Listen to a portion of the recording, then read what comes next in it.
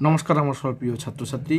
আমি আজকে তোমাদের যে মাধ্যমিক তোমরা যারা এবার 2025-এ দিচ্ছ তোমাদের জন্যই এই প্রশ্নগুলো আমি নিয়ে এসেছি এবং আমি বিভিন্ন চ্যাপ্টারগুলোর নিয়ে আমি আলোচনা করেছি এবং বিভিন্ন চ্যাপ্টারের যে সমস্ত প্রশ্নগুলো খুবই ইম্পর্টেন্ট, যেগুলো আসার সম্ভাবনা প্রবল, সেই বিষয়গুলো নিয়ে আমি তোমাদের সঙ্গে আলোচনা করছি।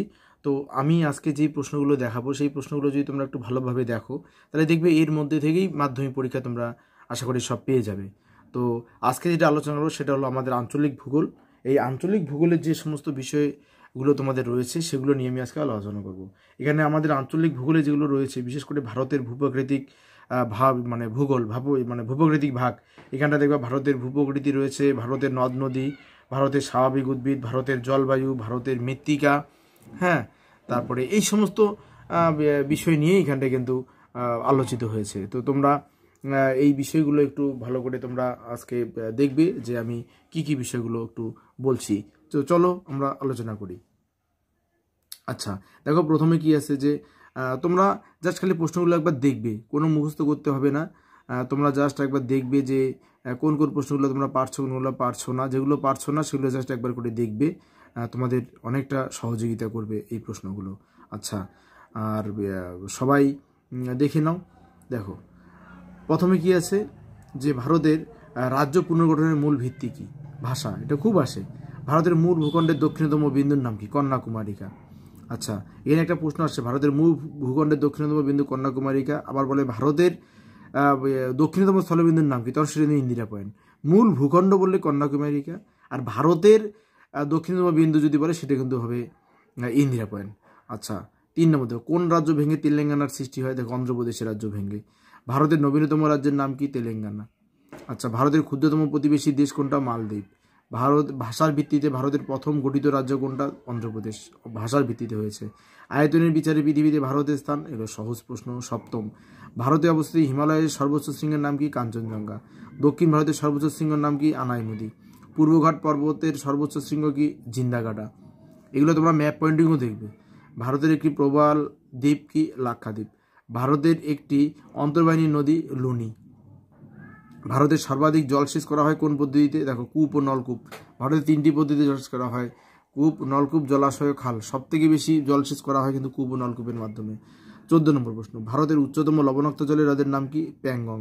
ভারতের উষ্ণতম স্থানের নাম কি? জয়সলমের, আর রাজস্থানে অবস্থিত। উষ্ণতম স্থান। পৃথিবীর সর্বাধিক বৃষ্টিবহুল স্থান কি? মৌসিনরাম। ব্যাসল্ট শিলা থেকে সৃষ্ট মৃত্তিকার নাম কি? কৃষ্ণ মৃত্তিকা বা রেগুর। এই কৃষ্ণ মৃত্তিকা বা রেগুর মৃত্তিকাতে সবথেকে বেশি ভালো হয় কিন্তু কার্পাস। ভারতের যে রাজ্যে অরণ্যের পরিমাণ সবথেকে বেশি, মধ্যপ্রদেশ। ভারতের কেন্দ্রীয় অরণ্য গবেষণাগার কোথায় অবস্থিত? দেরাদুনে।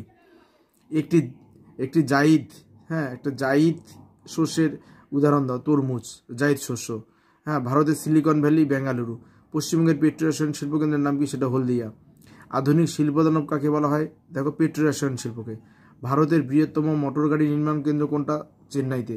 ভারতের বৃহত্তম মোটর গাড়ি, এই জন্য চেন্নাইকে বলা হয় ভারতের ডেট্রয়েট। ভারতের সর্বাপেক্ষা কম জনঘনত্বপূর্ণ রাজ্য কোনটা? অরুণাচল প্রদেশ। ভারতের সর্বাধিক জনঘনত্বপূর্ণ রাজ্য, সেটা হলো বিহার 2011 সালের জনগণনা অনুযায়ী। ভারতের সাক্ষরতার হার সবচেয়ে বেশি কোথায়? কেরলে। ভারতের প্রথম আদমশুমারি হয় কত? 1872 সালে। ভারতের জনঘনত্ব প্রতি বর্গকিমিতে কত? 382 জন। 2011 সালে ভারতের মহানগরের সংখ্যা কটা? 53টি। ভারতের প্রথম পাতা রেল কবে শুরু হয়? কলকাতায়। আচ্ছা, উত্তর পূর্ব ভারতের প্রবেশদ্বার কাকে বলে? শিলিগুড়িকে উত্তর পূর্ব ভারতের প্রবেশদ্বার। দিল্লি বিমানবন্দর যে নামে পরিচিত? ইন্দিরা গান্ধী। ইন্দিরা গান্ধী ইন্টারন্যাশনাল এয়ারপোর্ট, ওটা দিল্লির। হীরক চতুর্ভুজ পরিকল্পনার সঙ্গে যুক্ত রেলপথ হীরক, আর সোনালী চতুর্ভুজ হলো সড়কপথ। বিশ্বের উচ্চতম বিমানবন্দরের নাম কি? দাউচিং ইয়াদিং। বিশ্বের উচ্চতম বিমানবন্দর। আচ্ছা, মেহগিনি একটি কি? চিরহরিত অরণ্য। ভারতের প্রধান তন্তু ফসল কোনটা? পাট। একটি বিশুদ্ধ শ্রেণীর কাঁচামাল ভিত্তিক শিল্প কোনটা? বস্ত্রবয়ন শিল্প। বিশুদ্ধ কাঁচামাল, বস্ত্রবয়ন। বিশুদ্ধ কাঁচামালের দ্রব্যসূচক কত? 1। মনে রাখবে, বিশুদ্ধ কাঁচামালের দ্রব্যসূচক কত? 1, আর অবিশুদ্ধ কাঁচামালের দ্রব্যসূচক 1-এর বেশি। ভারতের বর্তমানে 28টি হলো রাজ্য আর 8টি হলো কেন্দ্রশাসিত অঞ্চল, এটাও জাস্ট একটু মনে রাখো। তাহলে জাফরান চাষ এখন কারেবা। আচ্ছা, শিবালিক ও অব হিমালয়ের মাঝের উপত্যকা কি বলা হয়? দুন। সব থেকে বড় দুন কোনটা? দেরাদুন। কোন রাজ্যে বৃষ্টিজল সংরক্ষণ নেই? তামিলনাড়ু। ভারতের বৃহত্তম রাজ্যের নাম কি? রাজস্থান। এল নিনা কি? দেখো, এল নিনা হলো উষ্ণ সমুদ্র স্রোত, যেটা ডিসেম্বর মাসে দেখা যায় পেরু আর ইকুয়েডর উপকূলে প্রশান্ত মহাসাগর। এখানে অনেকগুলো প্রশ্ন আছে, কিন্তু যদি বলে যে এল নিনা কোন কোন মাসে দেখা যায়? ডিসেম্বর মাসে। কোথায় দেখা যায়? পেরু আর ইকুয়েডরে। কোন মহাসাগরে? প্রশান্ত মহাসাগর। এটা একটি কি স্রোত? উষ্ণ সমুদ্র স্রোত। এল নিনা শব্দের অর্থ কি? খ্রিস্টপুত্র। তো এল নিনার বিপরীত অবস্থা কি? লা নিনা। একবারে অনেকগুলো প্রশ্ন এখানটায় তোমরা পেয়ে যাবে। দেখো 46 নম্বর প্রশ্ন, দেখো, কালবৈশাখীর মতো গ্রীষ্মকালে দক্ষিণ ভারতে যে ঝড় বৃষ্টি হয় তাকে কি বলে? আম্রবৃষ্টি। আচ্ছা, বৃষ্টির চায় অঞ্চল দেখা যায় কোথায়? শিলংয়ে। আরেকটা পশ্চিম ভারতের পূর্ব ঢাল। এটা কিন্তু শর্ট কোশ্চেন আসে, কিন্তু বৃষ্টির চায় অঞ্চলের উদাহরণ। প্রাচীন পলিমাটিকে কি বলে? ভাঙর। নবীন পলিমাটিকে কি বলে? খাদার। আচ্ছা, এবার দেখো, ভূমির ঢালের আড়াআড়ি ভাবে চাষের যে পদ্ধতি তাকে কি বলে? ধাপ চাষ। পাহাড়ি অঞ্চলে দেখা যায়। শিকড় আলগা শিল্প কাকে বলে? কার্পাস শিল্পকে। ভারতের সবচেয়ে জনবহুল রাজ্য কোনটা? উত্তরপ্রদেশ। আচ্ছা, উত্তর পশ্চিম ভারতে গ্রীষ্মকালে যে ধূলিঝড় হয় তাকে কি বলে? উত্তর পশ্চিম ভারতে গ্রীষ্মকালে যে ধূলিঝড় হয় তাকে কি বলা হয়? আধি। আমাদের পরীক্ষা আসতে পারে আধি কি? তো আমরা যে উত্তর পশ্চিম ভারতে গ্রীষ্মকালে যে ধূলিঝড় হয় তাকে আধি বলে। হিমালয়ের পাদদেশীয় অঞ্চলে ক্ষুদ্র ক্ষুদ্র শিলাখণ্ড সঞ্চিত হয়ে যে সমভূমি গঠিত হয় তাকে কি বলে? ভাবর। ভারতের বৃহত্তম বহুমুখী নদীর পরিকল্পনার নাম কি? ভাকরানাঙ্গাল পরিকল্পনা। গোদাবরী ও কৃষ্ণা নদীর মাঝে অবস্থিত হ্রদের নাম কি? কলেরু হ্রদ। ভারতের সর্বোচ্চ মালভূমির নাম কি? লাদাখ মালভূমি। ভারতের জোয়ার উৎপাদন প্রথম কোন রাজ্য? সবচেয়ে বেশি জোয়ার উৎপাদন হয় মহারাষ্ট্রে। ভারতের দীর্ঘতম জাতীয় সড়কপথের নাম কি? NH-44। কিন্তু আসে ভারতের দীর্ঘতম জাতীয় সড়কপথ NH-44। গম একটি কি? রবি শস্য। তোর সময় আসে একটা রবি ফসলের উদাহরণ তো গম। মানে শীতকালে যে চাষ, যে সমস্ত ফসলের চাষ করা হয় শীতকালে জলসেচের উপর নির্ভর করে তাকে বলা হয় রবি ফসল। এর উদাহরণ একটা গম। এছাড়াও বিভিন্ন ধরনের শাক সবজি ফুল বা এগুলো সবই হয়। আচ্ছা, ভারতের কফি গবেষণাগার কোথায় অবস্থিত? চিকমাগালুতে। হ্যাঁ, কর্ণাটকের চিকমাগালুতে ভারতের কফি গবেষণাগার। ভারতের কফি উৎপাদনের প্রথম রাজ্য কোনটা? কর্ণাটক। ভারতের বেসরকারি উদ্যোগে বৃহত্তম লৌহ ইস্পাত শিল্পকেন্দ্র কোনটা? জামশেদপুর। বেসরকারি লৌহ ইস্পাত শিল্পকেন্দ্র কোনটা? জামশেদপুর। সরকারিটা হলো ভিলাই। ব্লক প্রণালী ভারতকে কোন দেশ থেকে বিচ্ছিন্ন করে? শ্রীলঙ্কা থেকে। সিয়াচেন হিমবাহ যে পর্বতশ্রেণীতে অবস্থিত কোনটা? কারাকোরাম পর্বতে অবস্থিত সিয়াচেন। আচ্ছা, পশ্চিমা ঝঞ্ঝা কোন ঋতুতে দেখা যায়? শীতকালে দেখা যায়। পশ্চিমা ঝঞ্ঝা কোন ঋতুতে দেখা যায়? শীতকালে। দক্ষিণ ভারতের উল্লেখযোগ্য গিরিপথের নাম কি? পালঘাট। আচ্ছা, একটি খারিফ শস্য উদাহরণ দাও। তুলো। দেখো, একটা রবি শস্য কি ছিল? গম। আর একটা খারিফ শস্য কি? তুলো। একটি তৃষ্ণার্ত ফসল, মানে সবচেয়ে বেশি জল লাগে, জল ব্যবহার, সেটা হলো তৃষ্ণার্ত ফসল। ধান। সংযোজন ভিত্তিক শিল্প কোনটা? মোটর গাড়ি। মোটর গাড়ি কিন্তু সংযোজন ভিত্তিক শিল্প, মানে বিভিন্ন কিছু মিলে ঝুলে তারপরে এই শিল্প হয়, তাই মোটর গাড়ি শিল্প হলো সংযোজন শিল্প। ভারতের রাজ্য পুনর্গঠন কমিশন কবে গঠিত হয়? 1953 সালে। ভারতের রাজ্য পুনর্গঠন কমিশন 1953 সালে। ভারতের দক্ষিণতম পর্বতের নাম কি? পালনি বা কার্ডামম। হ্যাঁ, কার্ডামম। এটা হলো ভারতের দক্ষিণতম পর্বত। ভারতের দীর্ঘতম নদী বাঁধের নাম কি? হীরাকুদ বাঁধ। মহানদীর উপর হীরাকুদ ভারতের দীর্ঘতম নদী বাঁধ। ভারতের মৃত্তিকা গবেষণা কেন্দ্র কোথায় অবস্থিত? যোধপুরে, রাজস্থানের। সিটি অফ স্পাইসেস কোনটা? কোজিকর, কেরলের। সিটি অফ স্পাইসেস, এত মশলাপাতির শহর এটা। ভারতের কত বছর অন্তর জনগণনা হয়? 10 বছর। একে কি বলে? আদমশুমারি। ভারতের প্রতি 10 বছর অন্তর যে জনগণনা হয় সেটা কিন্তু আদমশুমারি। 10 বছর পর পর হয় আদমশুমারি। পীর পাঞ্জাল ও হিমাদ্রির মধ্যে অবস্থিত উপত্যকাটির নাম কি? কাশ্মীর উপত্যকা। পীর পাঞ্জাল আর হিমাদ্রির মধ্যে অবস্থিত উপত্যকাটির নাম কি? কাশ্মীর উপত্যকা। ভারতের সর্বোচ্চ পর্বতশৃঙ্গ কোনটি? K2 বা গর্ডিয়ন অস্টিন। আচ্ছা, পশ্চিমঘাট পর্বতের সর্বোচ্চ শৃঙ্গের নাম কি? ভাবুলমালা।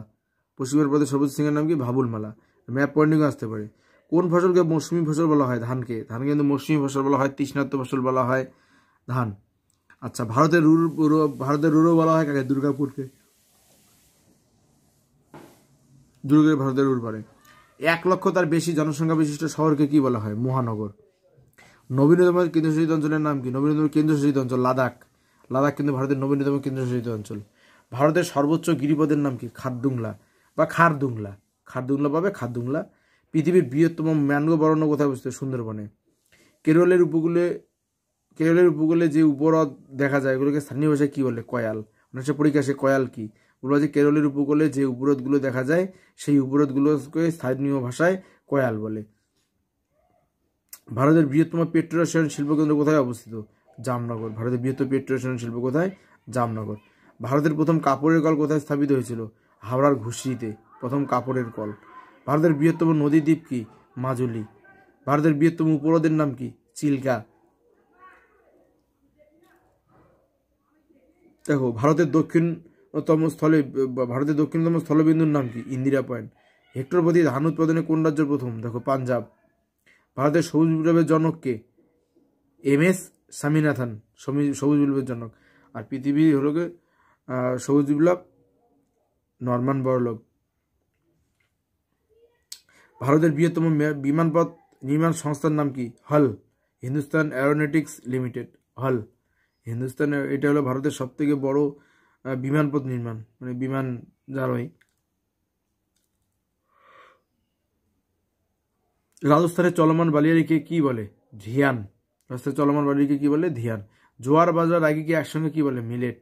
রেল ইঞ্জিন নির্মাণ একটি শিল্পকেন্দ্রের নাম কি? চিত্তরঞ্জন। রেল ইঞ্জিন নির্মাণ তৈরি হয় কোথায়? চিত্তরঞ্জন। এটা ম্যাপ পয়েন্টিংও আসে কিন্তু। কোন শিল্পকে শিল্পের শিল্প বলে? কোন শিল্পকে শিল্পের শিল্প বলে? মোটর গাড়ি নির্মাণ শিল্পকে। লোকটাক হ্রদ কোন রাজ্যে অবস্থিত? দেখো মণিপুরে।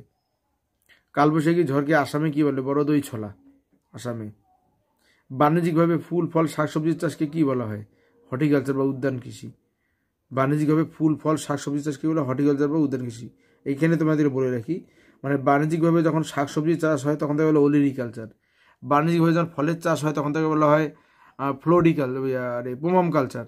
আর যখন বাণিজ্যিকভাবে ফুলের চাষ হয় তখন তাকে বলা হয় ফ্লোরিকালচার। তাহলে দেখো ফ্লোরিকালচার, পোমাম কালচার আর ওলিরিকালচার, শাক সবজি ফুল ফল, আর এই সবগুলোকে একসঙ্গে চাষ থেকে হর্টিকালচার বা উদ্যান কৃষি। শুল্কমুক্ত বন্দরের নাম লেখো একটা। শুল্কমুক্ত বন্দর দেখো কান্দালা। চীন আর অরুণাচলের মধ্যে অবস্থিত কোনটা? McMahon line. আর ভারত আর আফগানিস্তানের মধ্যে কোনটা? Durand line. হ্যাঁ, এই শর্ট কোশ্চেনগুলো তোমরা একটা দেখবে, এখানে অনেকগুলো শর্ট কোশ্চেন কিন্তু আমি তোমাদেরকে দিয়ে দিলাম। আচ্ছা, এবার এখানে 1-এর 2-এর আমি মিক্সচার করে সবগুলো প্রশ্ন দিয়েছি এখানটায়। বিশেষ করে 1-এরও দিলে দিতে পারে, 2-এরও দিলে দিতে পারে, অথবা কিছু 5-এর প্রশ্নও আছে এখানে। তোমরা সবগুলো প্রশ্ন একটু দেখবে কোনটা কোনটা পারো। আশা করি তোমরা সবগুলো প্রশ্নই পারো, তোমাদের একবার দেখে নাও আসলে। দেখো এখানে কী কী প্রশ্ন আছে দেখো। দুন কি? তাল কাকে বলে? বরেন্দ্র ভূমি কি? কারেওয়া কি? ভারতকে কয়টি ভূপ্রকৃতি ভাগে ভাগ করা যায় ও কি কি? যেগুলো একটি ভাগ সম্পর্কে আলোচনা করো। দৈর্ঘ্য ও প্রস্থ বরাবর হিমালয় পর্বতের শ্রেণীবিভাগ করে আলোচনা করো। চিত্র দিবি অবশ্যই। আচ্ছা, এই ধরনের প্রশ্ন। মালনাদ ও ময়দান কি? হ্যাঁ, এগুলো 2-এর বা 1-এর। মরুস্থলী কি? পূর্বাচল কাকে বলে? ডেকান ট্রাপ কি? পূর্বঘাট আর পশ্চিমঘাট পর্বতের মধ্যে পার্থক্য 5-এরও দিলে দিতে পারে। ধান কি? ভারতের জলসেচ পদ্ধতিগুলি কি কি? যেটা বললাম, কূপ, নলকূপ, জলাশয়, খাল, ওটা নিয়ে একটু আলোচনা করবে। ভৌম জলের অতিরিক্ত ব্যবহারের প্রভাব আলোচনা করো। খুব ভালো প্রশ্ন একটা। ভৌম জলের অতিরিক্ত ব্যবহারের প্রভাব আলোচনা করো। আচ্ছা, উত্তর ভারতের নদ নদী আর দক্ষিণ ভারতের নদ নদীর মধ্যে পার্থক্য, এটা সহজ। উত্তর ভারতের নদী, দক্ষিণ ভারতের। ভারতের কৃষিতে জলসেচের প্রয়োজনীয়তা, এটা কিন্তু খুব ভালো প্রশ্ন। ভারতের কৃষিতে জলসেচের প্রয়োজনীয়তা, এটা একটু দেখবে। জলবিভাজিকা ব্যবস্থাপনা কি? 1-এর 2 দিতে পারে। জলবিভাজিকা ব্যবস্থাপনা কি? আম্রবৃষ্টি কি? এগুলো শর্ট কোশ্চেনের মধ্যে কিন্তু বলেছিলাম। আম্রবৃষ্টি। লু কি? নরওয়েস্টার কি? ভারতের জলবায়ু নিয়ন্ত্রকগুলি কি কি? কে কে ভারতের জলবায়ুকে নিয়ন্ত্রণ করে? এখানটা প্রশ্নগুলো। আচ্ছা, ভারতে প্রায় খরা আর বন্যা হয় কেন? হ্যাঁ, এটা দেখবে। দক্ষিণ ভারতের করমণ্ডল উপকূলে বছরে 2বার বৃষ্টি হয় কেন? এটা ভালো প্রশ্ন। দক্ষিণ ভারতের করমণ্ডল উপকূলে বছরে 2বার বৃষ্টিপাত হয় কেন? এটা একটু দেখবে। আচ্ছা, এখানে দেখবে নদ নদী থেকে কতগুলো প্রশ্ন, খুব ভালো ভালো প্রশ্ন দেয়। অনেক সময় দেয় যে ভারতের পশ্চিম বাহিনী নদীর মোহনায় বদ্বীপ গড়ে উঠেনি, এর ভৌগোলিক কারণ ব্যাখ্যা করো। তাহলে দেখো ভালো করে প্রশ্নটা শুনো, এটা লেখা নাই কিন্তু বলে দিচ্ছি শোনো। যে ভারতের পশ্চিম বাহিনী নদীর মোহনায় বদ্বীপ গড়ে ওঠেনি, এর কারণ কি? দেখো ভারতের নদীগুলি পূর্ব বাহিনী নদী আর পশ্চিম বাহিনী নদী।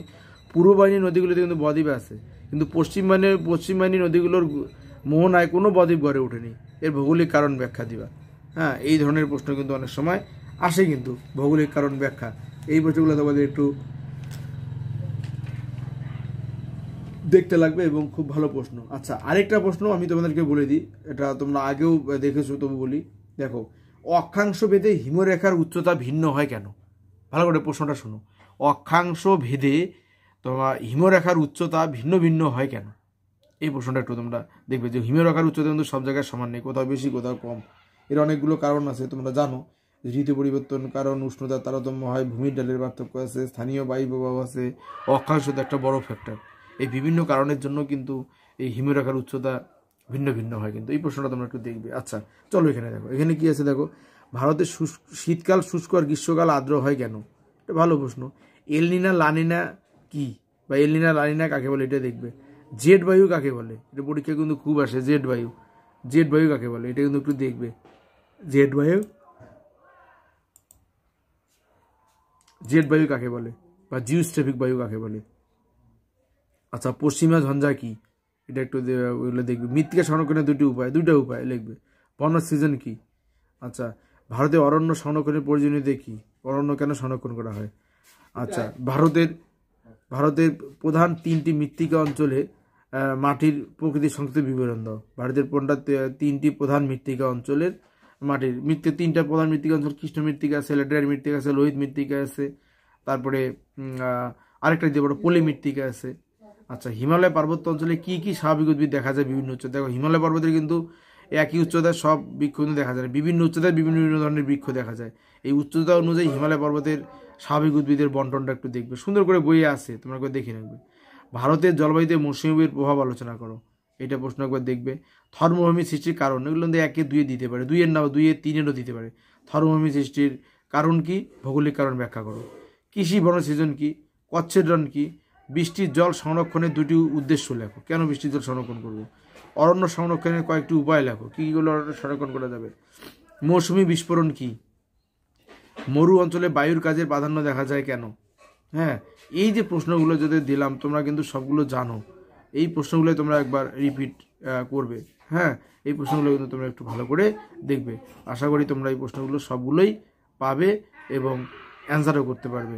তো তোমরা আঞ্চলিক ভূগোলের এই সমস্ত প্রশ্নগুলো তোমরা অবশ্যই দেখবে। আর তোমরা অবশ্যই কিন্তু তোমরা এই ভিডিও দেখার পরে তোমরা লাইক দিবে এবং নিচে কমেন্টে লিখবে। তোমাদের আরও কিছু জানার থাকলে তোমরা অবশ্যই প্রশ্ন করবে, আমি যতটা পারবো অবশ্যই আমি তোমাদের প্রশ্নের উত্তর দিব।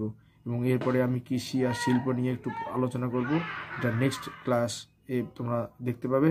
তো আজকের এই ক্লাসগুলো তোমরা একটু ভালো করে একটু পড়াশোনা করো, দেখো, আশা করি তুমি দেখবে তোমরা সবগুলো পাবে এবং খুব ভালো পরীক্ষা হবে। সবাই ভালো থেকো, ধন্যবাদ।